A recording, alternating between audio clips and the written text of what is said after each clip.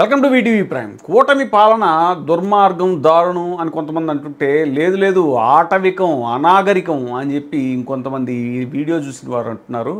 ఇంత దారుణం అంటే చిత్తూరు జిల్లాలోని శాంతిపురం మండలం కర్లగట్ట గ్రామంలో జరిగినటువంటి ఒక భూ వివాదంలో ఒక వృద్ధ మహిళని పాపం కరెంటు స్తంభానికి కట్టేసి అలా వదిలేశారు. అసలు ఇది ఏంటిది?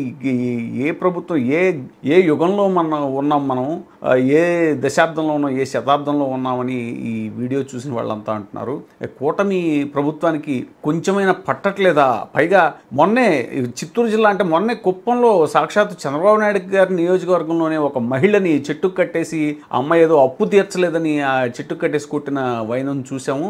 తర్వాత ఇప్పుడు మళ్ళీ అది ఆ సంఘటన మర్చిపోకముందే మళ్ళీ ఇప్పుడు అదే చిత్తూరు జిల్లాలో ఈ శాంతిపురం మండలం కర్లగట్ట అనే గ్రామంలో ఈ దారుణం, ఈ అకృత్యం జరగడం అంటే ఏంటి? అసలు కూటమి ప్రభుత్వంలో ఈ పాలనలో ఏంటి? శాంతి భద్రతలు ఎట్టుపోతున్నాయి? అసలు ఏ రకమైన పాలన జరుగుతుంది? ఇంత ఆటవిక రాజ్యంగా తయారైంది ఏంటి అని రాజకీయ విశ్లేషకులంతా కూడా చాలా మదన పడుతున్నారు.